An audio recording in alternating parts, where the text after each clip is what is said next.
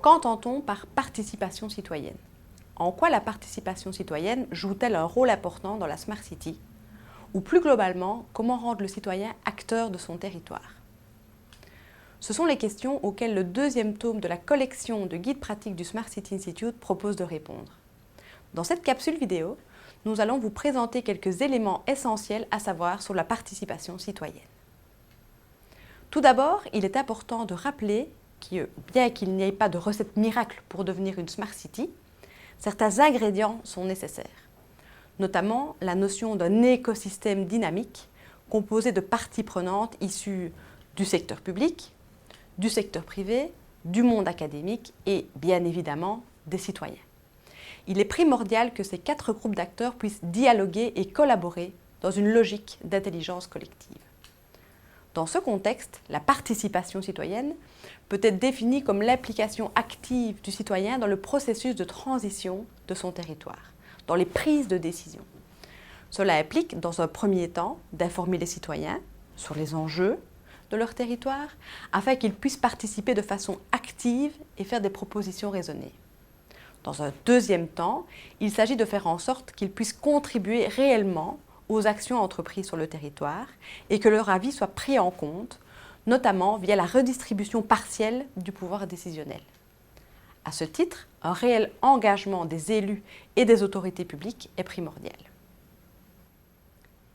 Il existe différentes façons d'appliquer le citoyen, différents niveaux d'application. Premier niveau, l'information, c'est-à-dire qu'on lui communique de l'information pour le sensibiliser. Deuxième niveau, la consultation. Dans ce cas, le citoyen est impliqué via par exemple des sondages ou des enquêtes pour obtenir son avis sur tel ou tel service ou telle action.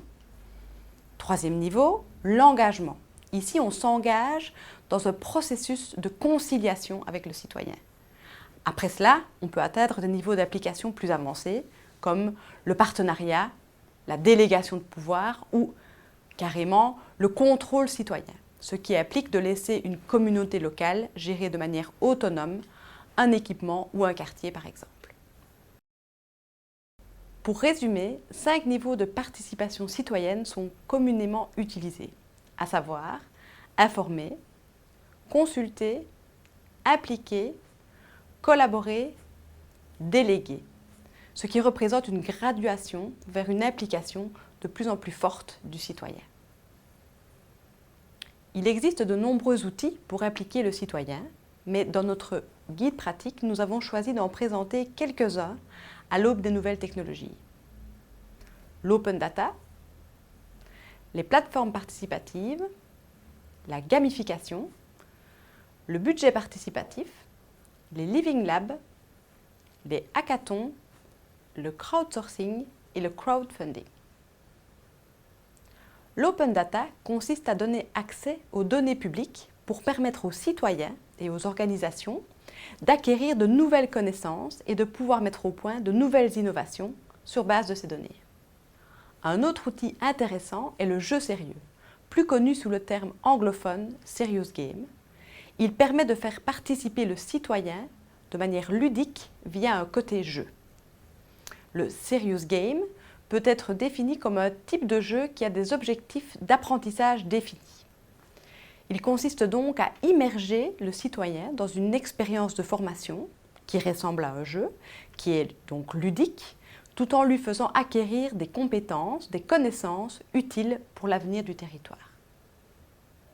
Un troisième exemple est celui du Living Lab, qui consiste à créer un écosystème d'innovation ouvert basé sur une approche systématique de co-création par l'usager. L'utilisateur est donc au cœur du processus et va intervenir dès le départ dans les activités de recherche et d'innovation. Les hackathons utilisent les données ouvertes disponibles.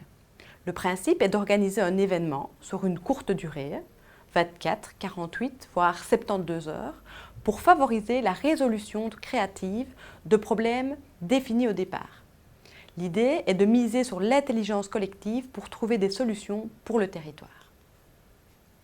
Le crowdsourcing est une autre façon de faire appel à l'intelligence collective en externalisant certaines activités aux citoyens via un contact direct ou en ligne.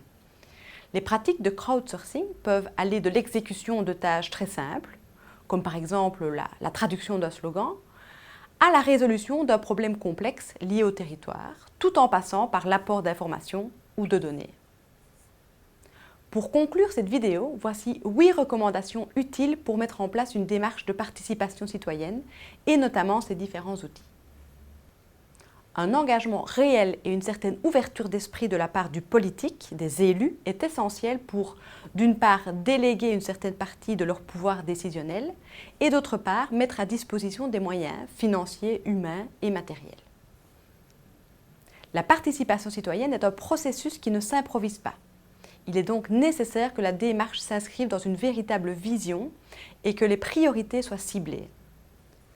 En effet, il ne faut pas sursolliciter le citoyen pour éviter qu'il se démotive ou ne se lasse. Dans le même ordre d'idées, il convient de connaître et de cibler les publics à impliquer. Cela dépend du projet. Cela implique de s'intéresser à leur mode de fonctionnement et à leur motivation pour déterminer à quel moment les faire intervenir dans le processus. Il ne faut pas hésiter à collaborer avec les forces vives du territoire qui connaissent les méthodes de participation citoyenne et donc de miser sur l'expertise et l'intelligence collective des différentes parties prenantes. Il faut favoriser l'engagement des citoyens en diversifiant les canaux de communication, les contenus et les formats pour, d'une part, toucher tous les publics et favoriser leur inclusion, et d'autre part, diminuer la fracture sociale et numérique. Tout en gardant bien à l'esprit que le digital reste un outil d'amplification, mais qu'à lui seul, il ne permettra pas de motiver les citoyens. Dans toute initiative de participation citoyenne, il convient également de mettre en place un climat favorisant la bienveillance et l'empathie et permettant d'éviter les dérives telles que la perception d'un risque de réutilisation politique des données. Mais également un cadrage clair, c'est-à-dire de bien définir les différents dispositifs, les différentes étapes, les modalités de prise de décision, les temporalités, etc. Et ce pour éviter toute forme de déception ou d'incompréhension. Finalement, comme tout processus, il est important de bien évaluer la démarche participative et la satisfaction des citoyens. Pour conclure, 2 éléments transversaux à toute initiative de participation citoyenne doivent être pris en compte. Premièrement, la communication. Celle-ci doit être présente à tous les niveaux, avant, pendant, après, pour fournir une information continue à toutes les étapes du processus. Deuxièmement, le rôle de l'éducation, car l'éducation permettra, d'une part, d'aller progressivement vers un changement des mentalités, afin de légitimer le citoyen en tant qu'acteur du territoire, et d'autre part, de former les citoyens au numérique, au digital, afin qu'ils puissent s'approprier et utiliser les différents outils à l'ère de la technologie d'aujourd'hui.